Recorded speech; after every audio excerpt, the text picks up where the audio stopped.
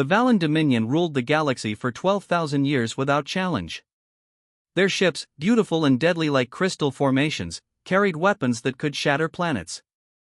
Supreme Commander Kirak stood on the command deck of his flagship, watching stars through the viewport. He felt only certainty nothing could threaten Valen power. Then scout ships reported finding a new species on a blue-green planet in a backwater solar system. The initial assessment categorized them as barely worth notice, primitive bipeds who had only recently discovered basic space travel. Standard procedure dictated cataloging and eventual processing. Nothing more. Commander, the first colonization fleet has returned from the Earth system, reported Lieutenant Du, his voice uncharacteristically strained. Returned? Kirak's scales shifted color with confusion. They should still be establishing the primary outpost. Sir, they were defeated. The silence on the command deck felt heavy and impossible. Defeat was not a concept the Valen military understood. Not anymore. Not for millennia. Days later, the Dominion Council gathered in their grand chamber, an amphitheater of gleaming metal orbiting their homeworld. 7 senior leaders sat in curved formations, their scales shifting through patterns of shock and disbelief. Senior Observer Han manipulated the holographic controls with trembling hands. "I have reviewed this battle footage repeatedly," he said. "It cannot be correct. A single human frigate destroyed our 7th fleet?" The display showed a small, crude-looking human vessel executing maneuvers that seemed random, even chaotic. Yet somehow, those unpredictable movements allowed it to evade the precision targeting systems of Valen warships. Then the human vessel launched primitive missiles, technology the Valen had abandoned eons ago, directly into the jump engines of the fleet's command ship. The explosion cascaded through 5 connected vessels before the recording ended. Admiral Kim, one of the few survivors, stood before the council. Her uniform bore scorch marks she had not bothered to clean, and one of her eyes had darkened from injury. "Their technology is primitive," she admitted, "but they combined it in ways we never considered possible. Their leader, Admiral Park, somehow used our own jump signatures to predict our movements." "Impossible," said Counselor J. "Our tactical systems are beyond comprehension to lesser species." "And yet," Kim replied, "they comprehended enough." The council chambers fell silent. After ruling without challenge for so long, the appearance of humans should have been nothing more than a minor note in their endless expansion. Instead, the wreckage of their most advanced warships now drifted through the void. "We captured some of them in the first wave," Counselor Lee said, her scales flushing with stress colors. "The processing centers report disturbing behavior. The humans were studying our technology even as they were being processed. 3 guards reported finding one dismantling a neural probe with his bare hands. They adapt too quickly," Admiral Kim added. "Traditional subjugation will not work. They learn from every encounter." Kirak had heard enough. He rose from his seat, towering over the others. For 5,000 years, he had led the Dominion's military to victory after victory. He would not be the first Supreme Commander to taste defeat. "Then we must eliminate them before they grow stronger," he declared. "Prepare the extermination fleet. We will not colonize their world. We will erase it." The other council members inclined their heads in agreement. The decision was made. Earth would be destroyed. Little did Kirak know that on that small blue-green planet, humanity had already begun preparing its response. In an underground facility beneath the Pacific Ocean, scientists worked day and night studying the recovered pieces of Valen technology from the failed invasion. Military leaders from previously warring nations sat at the same table, planning a unified defense. Admiral Park stood before a wall of screens, each showing a different aspect of Valen technology. She had predicted their attack patterns once before. Now she needed to do it again. "Their next fleet will be larger," she told the assembled leaders. "And they won't come to colonize. They'll come to destroy." "How can we possibly stand against them?" asked General Yu. "They've conquered 1,000 worlds." Admiral Park pointed to the schematic of a Valen warship. "Because they've grown complacent. They follow the same patterns they've used for thousands of years. They expect us to surrender or die. She smiled. But they've never met humans before. Across Earth, factories converted to produce new weapons incorporating Valen principles. Pilots trained in simulators using the patterns Park had identified. And deep in orbit, hidden from Valen long-range sensors, humanity built its first real battleships. The Valens were coming to exterminate Earth. But humans would not be easily erased from the galaxy. 6 months after the Valens first attacked Earth, the planet had changed completely. Countries that once pointed missiles at each other now worked side by side. The Terran Defense Alliance brought together the best scientists, soldiers, and leaders from around the world. Where farmland once stretched, massive factory complexes now hummed day and night. Workers built new ships using pieces of Valen technology salvaged from the wreckage of their failed invasion. Engineers who had once designed cars and computers now created weapons that could fire in space. Commander Sung walked along the bridge of the TDA Vengeance, humanity's first real battleship. Unlike the cobbled-together vessels that had somehow repelled the first Valen attack, this ship had been built from the ground up for war among the stars. Its sleek black hull absorbed sensor scans. Its weapons combined human ingenuity with Valen power sources. The bridge crew worked at their stations with focused intensity. They all knew what was at stake. Status report on the Choi drive? Commander Sung asked, watching as the navigation team prepared for their first faster-than-light jump. Lieutenant Beck looked up from his console, dark circles under his eyes from the endless hours of preparation. Dr. Choi's modifications are holding stable, Commander. All tests show positive results. He allowed himself a small smile. We can reach the Proxima colony in half the time of Valen ships. Good, Sung nodded. They won't expect us to strike so soon after their attack. The mission seemed straightforward: jump to Proxima Centauri, humanity's first interstellar colony, and free the colonists taken by the Valens during their second wave of attacks. Intelligence suggested the aliens had established a processing facility there, where they studied captured humans before shipping them deeper into Valen territory. All stations report ready, Commander, said Officer Gill from the tactical station. Sung took a deep breath. No human had ever traveled faster than light before. The theories had existed, but only after studying Valen jump engines had Dr. Choi created a working drive. Activate the Choi drive, Sung ordered. The stars outside the viewports stretched like rubber bands. The ship hummed with energy. Then reality itself seemed to fold, and the Vengeance slipped between the cracks of normal space. They arrived at Proxima Centauri 17 hours later. The Vengeance emerged behind the system's outer moon, hidden from the sensors of the 3 Valen ships orbiting the colony world. Attack pattern Park, Sung ordered, naming the maneuver after the admiral who had first defeated a Valen fleet. The Vengeance moved with surprising speed for its size. It targeted the smallest Valen vessel first, firing modified railguns that launched projectiles at speeds the Valen shields couldn't properly react to. The alien ship shattered like glass.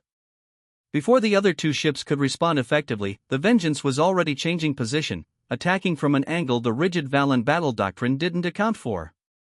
In less than 30 minutes, all 3 Valen ships were destroyed. The Vengeance had suffered only minor damage to its outer hull.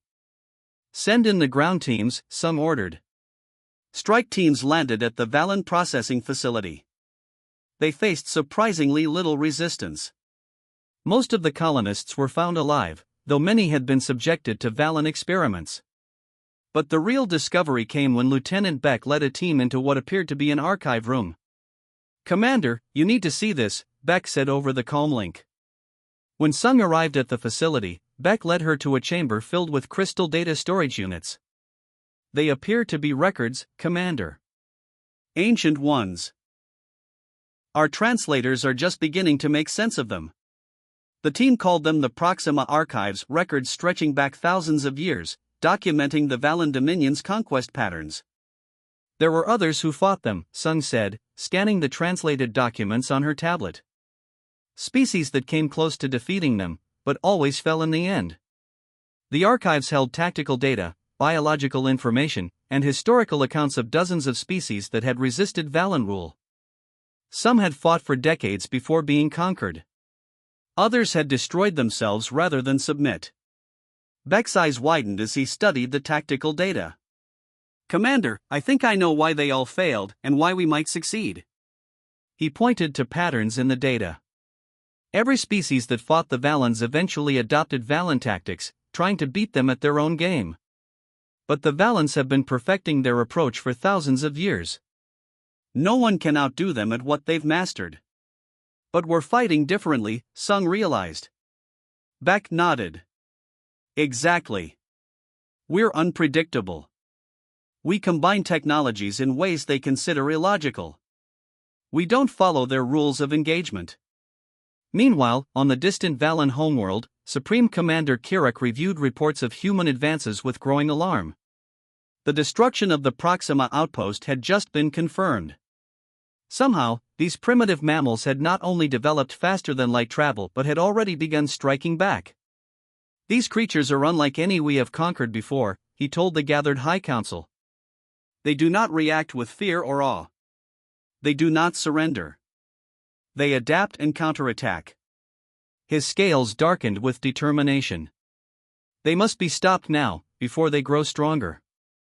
He turned to his second-in-command. "Deploy the planet killers. Earth must be eliminated, regardless of cost." The Nyami delegation moved slowly into the conference room aboard the human diplomatic vessel Hope. Their blue-green bodies, covered with short tentacles that constantly moved and shifted, showed clear signs of stress. For centuries, their people had lived under Valen rule. Meeting with humans, creatures who dared to fight back, could mean death for them all if discovered. Ambassador Ryu stood as they entered. She was small compared to the Nyami, but her calm confidence filled the room. Behind her stood 4 human guards, their weapons visible but lowered. "We appreciate your willingness to speak with us," said Ryu, bowing slightly to the Nyami representatives. "Earth stands ready to help all those who seek freedom." The lead Nyami, whose name translated roughly to Deep Current, let his tentacles ripple with anxiety. His large eyes blinked rapidly in the unfamiliar light. "Your species fights impressively," Deep Current said, his translator converting his whistling speech into human language. "But the Dominion cannot be defeated. They are too powerful, too entrenched. They have ruled for 12,000 years. Several of the other Nyami nodded in agreement. One made a gesture that humans would later learn signified hopelessness. Ryu smiled gently.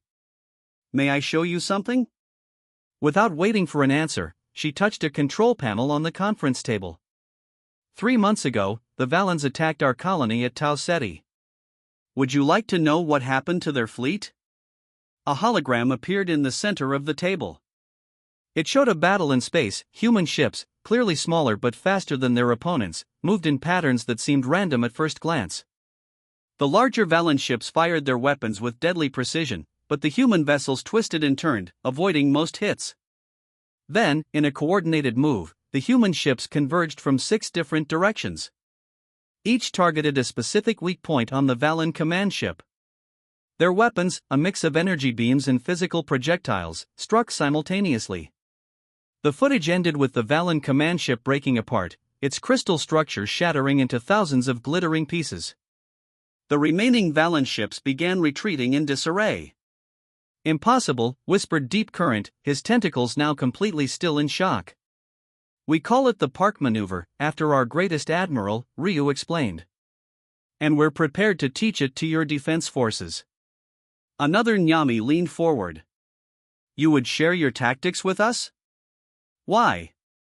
"Because freedom isn't just for humans," Ryu said simply. "The Valens have dominated this galaxy for too long. Together, we can end their rule." The meeting lasted for hours. The Nyami asked questions about human technology, about Earth's history of internal wars that had prepared them for space combat, about the likelihood of success against such an ancient enemy. "We cannot promise victory without sacrifice," Ryu admitted. "But we can promise that humans will never stop fighting. And we will never abandon our allies." By the meeting's end, the Nyami had agreed to secret talks about joining forces. Within days, their ships began training with human vessels in hidden star systems. The Nyami weren't the only ones. As word spread of human resistance, other subjugated species reached out. The Luxury, insect-like beings whose mathematical skills had been exploited by the Valens for generations, offered their expertise in calculating jump trajectories. The Eridani, with their natural ability to sense energy fields, provided crucial intelligence about Valen shield frequencies. Within weeks, what began as secret meetings had transformed into something unprecedented: the Coalition of Free Worlds. Representatives from 14 species met on a hidden base in the asteroid belt of an unmarked star. They signed the first treaty not dictated by the Valens in thousands of years. Meanwhile, on the distant Valen homeworld, Supreme Commander Kirak faced growing trouble within his own ranks. The Grand Council chamber, normally a place of perfect order and harmony, echoed with raised voices. "The coalition grows stronger daily," warned Councillor Jean, her scales showing patterns of deep concern. "Their ships have been spotted in the Altair sector. They've liberated 3 of our processing centers. We've lost contact with 17 outposts. Perhaps we should consider diplomatic." "Silence!" Kirak roared, rising to his full height. His scales flashed dangerous patterns of rage and determination. "These humans are a disease spreading through our perfect order. They infect other species with their chaos, their unpredictability." "But Commander," Jean persisted, "our forces are stretched thin. The outer worlds report increasing resistance. If we could negotiate." "There will be no negotiation," Kirak cut her off. "I have activated the final protocol." The council chamber fell completely silent. Jin's scales paled to almost white. "But that would mean—" "Yes," Kirak said coldly, looking at each council member in turn. "The sacrifice of our outer worlds to preserve the core. It is regrettable but necessary." 50 billion Valen lives," whispered a junior counselor. "A price worth paying to preserve our perfect order," Kirak replied. "The evacuation of essential personnel has already begun. In 30 days, we will sever all connections to the outer worlds. And then we will unleash weapons that will leave nothing for the humans or their coalition to claim." As the council session ended, Jean lingered behind. When she was alone, she activated a hidden communication device, one that would send a message to a human frequency she had discovered in secret reports. The coalition needed to know what was coming. The coalition headquarters was hidden in an asteroid belt far from any charted system. Inside the main asteroid, humans and aliens had built a war room unlike any seen before in the galaxy. Officers from 14 different species worked side by side at control stations. Holographic displays showed troop movements, fleet positions, and intelligence reports from across Valen space. Admiral Park stood in the center of this controlled chaos. Though she had not slept properly in days, her eyes remained sharp and focused. She studied the large hologram showing the Valen homeworld and its defenses. Next to her stood Tay, a Valen scientist who had fled his own people. His scales showed patterns of fear and determination. Unlike most Valens, he believed the Dominion's rule had lasted too long. "Their homeworld defenses are formidable," Tay explained, pointing to different layers in the holographic map. 3 planetary shields overlap to create an impenetrable barrier. An orbital defense grid can target thousands of ships simultaneously. And the Grand Fleet sits in defensive formation, ready to respond to any attack. Captain Min, who had led 3 successful raids into Valen territory, frowned as she studied the display. "Even with our new ships and the combined coalition forces, a direct assault would be devastating. We might win, but the cost would be too high." Admiral Park nodded. She had expected this. "That's why we won't attack directly." She turned to Min. "Captain, you'll lead a stealth team to infiltrate their command structure while we engage their fleet as a distraction." Min looked surprised but quickly nodded. "The new stealth technology from the Eridani should get us past their outer sensors. But reaching the planetary surface will still be nearly impossible. The Nyami have provided maps of underwater access points," Park explained. "Their ancestors helped build those systems before the Valen fully subjugated them." As they discussed the details of the infiltration plan, Communications Officer Kong suddenly stood up from her station. Her face had turned pale, and her hands trembled. "Admiral," she interrupted, her voice shaking. We're receiving distress signals from multiple systems in Dominion space. Hundreds of signals, all at once. The main tactical display updated automatically. Planets throughout the galaxy began glowing red. First dozens, then hundreds. What's happening? Park demanded. Tay moved closer to the display, his scales shifting to a color humans had never seen before. No, he whispered. They actually did it. The final protocol. I never believed they would actually implement it. Explain, Park ordered. They're destroying their own worlds, Tay said, horror clear in his voice. The final protocol, it's the ultimate defensive measure. They're sacrificing billions of their own people to create a defensive perimeter around their core systems. The room fell silent as everyone processed this information. The scale of death was beyond comprehension. The Valen are killing their own colonies? Captain Min asked, disbelief clear in her voice. Tay nodded. The outer worlds were always expendable to the High Command. The protocol destroys all Valen technology in those systems through a hidden self-destruct mechanism. But the process creates a chain reaction in the planetary cores. Entire worlds will collapse within hours. Admiral Park's expression hardened. This was beyond anything they had expected, even from the Valens. Then we have no choice. We can't allow this to continue. She turned to her second-in-command. Prepare all ships for immediate jump to Valen. We end this now. Throughout Coalition space, the call went out. Ships that had been preparing for a campaign of months or years now had hours to ready themselves for the final assault. The plan they had carefully crafted would need to be accelerated dramatically. 5,000 ships gathered at the jump point, vessels from every coalition species, led by the human flagship Defiance with Admiral Park on the bridge. All ships report ready, Admiral, said Lieutenant Hua from the communications station. The Nyami and Loxery fleets are in position. The Eridani sensors detect no Valen presence in this sector. Then we jump in 5 minutes, Park ordered. All ships to battle stations. As the countdown began, a strange signal appeared on the sensors. Unknown vessel approaching, reported Lieutenant Moon from the sensor station. It's massive, bigger than anything we've ever seen. And it's broadcasting on all frequencies. Put it through, Park ordered. A voice unlike any they had heard before filled the command deck. It seemed to speak directly into their minds, bypassing the universal translators. We are the Guardians. We have watched humanity's rise. The time has come to fulfill the ancient promise. A ship appeared on their view screens. It dwarfed even the largest coalition vessels. Its design resembled nothing from known space, neither Valen nor any coalition species. What does that mean? Captain Min asked, voicing the question everyone was thinking. Admiral Park had no answer as the massive Guardian vessel moved into formation alongside the human fleet. No one had mentioned Guardians in any intelligence briefing. The Proxima archives had contained no reference to them. Yet somehow, Park felt a strange certainty that this mysterious arrival was not a threat but the key to victory. Hold position, she ordered.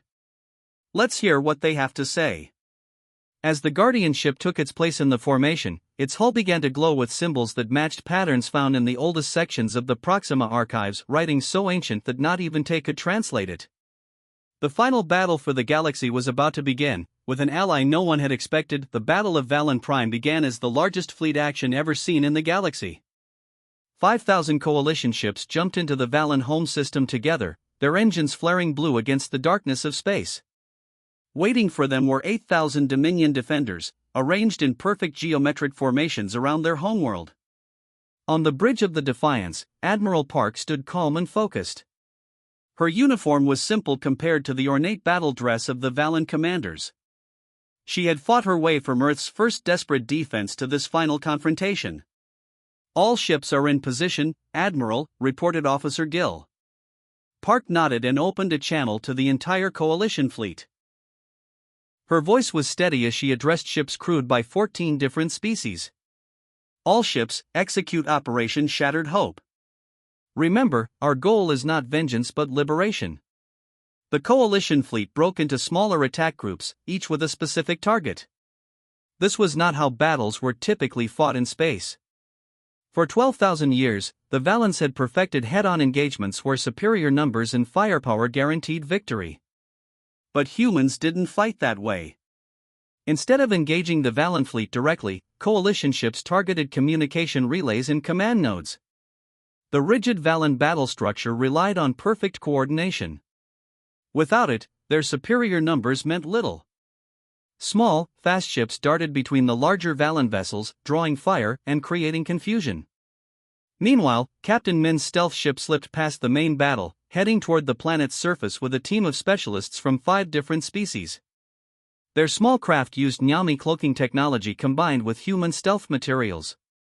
They approached the planet through a blind spot in the sensor network mapped by Loxery mathematicians. Once on the surface, they moved quickly toward the Planetary Defense Control Center.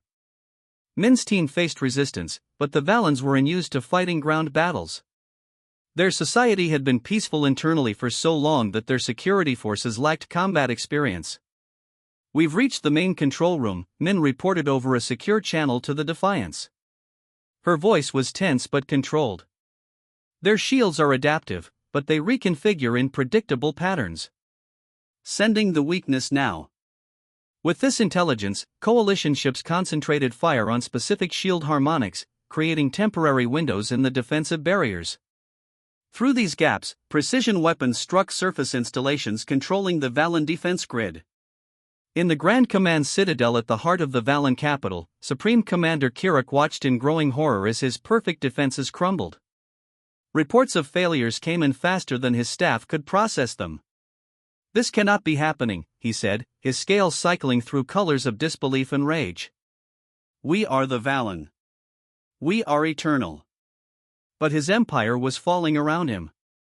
The coalition forces moved with a coordination and adaptability his rigid military doctrine couldn't match.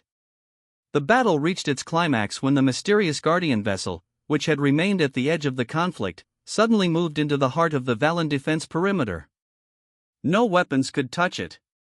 Valen ships that tried to intercept it found their systems shutting down on approach. The Guardian ship positioned itself directly above the Valen capital and deployed its true purpose, an ancient weapon that emitted waves of energy unlike anything seen before. But this weapon didn't destroy. Instead, it disabled Valen technology, shutting down weapons systems and shields without harming the Valens themselves. Within minutes, the once mighty Valen fleet drifted powerless in space. Their ground defenses fell silent. Even the lights in their grand cities dimmed. "Surrender, Commander," Admiral Park transmitted to the Valen Command Citadel. "This war is over." After 12,000 years of unquestioned rule, the Valen Dominion surrendered. In the weeks that followed, representatives from all species gathered to form a new galactic council. The Valens were included, though no longer as rulers but as equals. During these meetings, the truth about the Guardians finally emerged. They were the remnants of the first species to resist the Valens. Rather than be destroyed, they had fled to the spaces between galaxies, watching and waiting for a species with the right qualities to finally challenge Valen rule. "Why humans?" Ambassador Ryu asked the Guardian representative, a being of light and energy barely contained in physical form. "Because you fight not to conquer, but to free," came the answer that all present could hear in their minds. "In all our watching over thousands of years, only humans had the strength to shatter the Dominion's hope of eternal rule without becoming conquerors themselves." The Guardian continued, "You could have destroyed the Valens, erased them as they tried to erase you. But instead, you offered them peace. This is why we waited so long." A year later, Admiral Park stood on the observation deck of Earth's newly completed orbital station. Through the large viewport, she watched ships from 100 worlds come and go freely. Trade routes that had once been controlled by the Valens now flowed with free commerce. Species that had been isolated from each other for millennia now shared knowledge and culture.